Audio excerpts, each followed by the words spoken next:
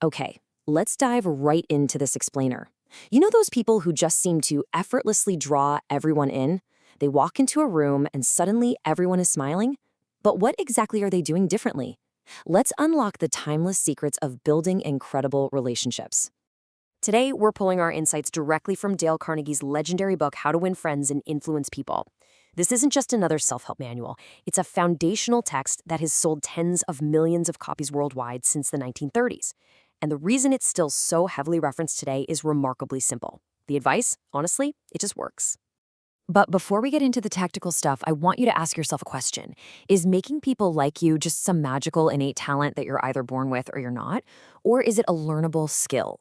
Spoiler alert, it's highly learnable. And by mastering a few distinct principles, you can completely transform how people respond to you. So here is our playbook for today. We'll cover 1. The ultimate social secret. 2. Interest, smiles, and names. 3. Listening and finding common ground. 4. The power of importance. And finally, 5. 6 daily practical applications. All right, section 1. The ultimate social secret.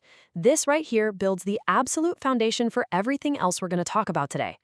Carnegie kicks things off with this incredibly bold chapter title, but his answer is surprisingly simple and honestly, a little funny. He says if you really want to win friends, study the greatest winner of friends the world has ever known, a dog. Think about it. A dog wins friends by showing pure, unadulterated affection. When a dog wags its tail and jumps up to greet you, there's absolutely no ulterior motive. It doesn't want to sell you real estate, it's just genuinely thrilled to see you. And that brings us to principle 1. Become genuinely interested in other people. Look, here is the hard truth. People are fundamentally interested in themselves, not you. They are thinking about themselves morning, noon, and night. If you spend your whole life just trying to wigwag other people into becoming interested in you, you're going to blunder through life. You absolutely must show sincere, genuine interest in them first. To really drive this home, check out this old study from the New York Telephone Company. They wanted to find out which word was most frequently used in phone conversations. In just 500 calls, the personal pronoun I, was used exactly 3,900 times. It completely proves that we are our own favorite subject. So if you want to connect, flip the script and become fascinated by the person right in front of you. Moving right along to section 2, interest, smiles, and names. Let's explore 3 rapid-fire techniques that instantly shift how people perceive you. We all know first impressions matter, right? Well, Chapter 2 outlines the absolute quickest way to make a good one. It doesn't cost a dime, and it certainly doesn't require a PhD. It's simply to smile. And I don't mean an insincere smirk. I mean a real, heartwarming smile. This principle is so powerful that telephone companies literally train their operators to smile while talking. Why? Because a genuine smile can actually be heard in your voice over the line. An employment manager at a major department store even said she'd much rather hire a sales clerk with a grade school education who has a pleasant smile than a somber-faced doctor of philosophy. It's that impactful. Now, Chapter 3 comes with a serious warning about how we address people. If you drop the ball here, you immediately put yourself at a massive disadvantage. Principle 3 is to remember that a person's name is the sweetest and most important sound in any language. Remembering and using someone's name pays them a massive, subtle compliment. Take Jim Farley, a highly successful politician. He built up a list of thousands of people and sent them all personalized letters using their first names. It works everywhere. Consider Ken Nottingham, who noticed a cafeteria server always scowling while preparing his lunch. The second he started using her actual name, her demeanor completely changed and he got premium service. To her, he was no longer just an order. He was a person recognizing her. We all make excuses, right? Oh, I'm just bad with names. But remembering names takes time, focus, and a bit of effort. As Ralph Waldo Emerson notes here, these small, petty sacrifices of our own mental energy are the bedrock of good manners. Put the work in, it pays incredible dividends. Okay, section 3, listen and find common ground. Let's shift gears and talk about what happens after the introduction to keep that conversation flowing. A lot of people dread networking because they worry they won't know what to say. So what is the secret to being a great conversationalist when your mind goes completely blank? Principle 4, be a good listener.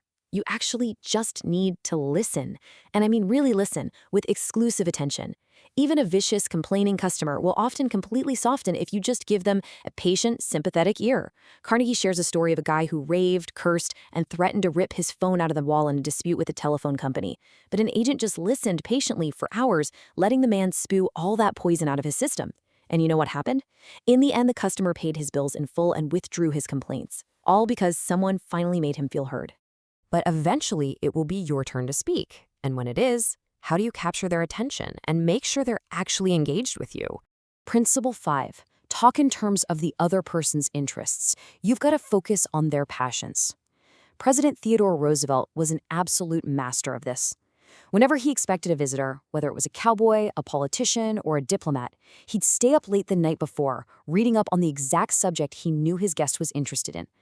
He knew the royal road to a person's heart is to talk about the things they treasure most. Moving to Section 4, the power of importance. We've now reached a principle that taps into the deepest psychological desire we all share. If you want to know how to make people like you instantly, you have to satisfy their fundamental desire for recognition. Deep down, we all want to feel like we matter. Principle 6. Make the other person feel important and do it sincerely. Whether you are politely asking a waitress if it's too much trouble to swap out your French fries or taking a moment to praise a bored post office clerk, making someone feel important works literal magic. But here's the catch, and it's a big one. It must be sincere. Cheap flattery won't work. You have to genuinely observe the person, find something you honestly admire about them, and then share it. All right, Section 5, 6 daily practical applications. Let's take all this great historical advice and turn it into a modern, actionable playbook. Here is your daily playbook. 6 highly specific ways you can deploy this wisdom starting right now.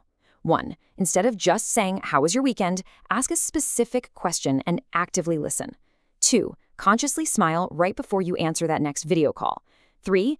Actually read your barista's name tag and use it. 4. Wait 2 full seconds after someone finishes speaking before you reply, just to prove you're listening. 5. Bring up a topic your friend loves before dumping your own news. And 6. Give one sincere, specific compliment to a service worker today. Herbert Spencer famously said, "The great aim of education isn't knowledge, but action." Well, you now have the ultimate blueprint for human connection. You know the secrets to making people feel heard, valued, and important. So I leave you with this final thought for this explainer. Which of these 6 steps are you going to take today to win friends and completely transform your world? Get out there and put it to work.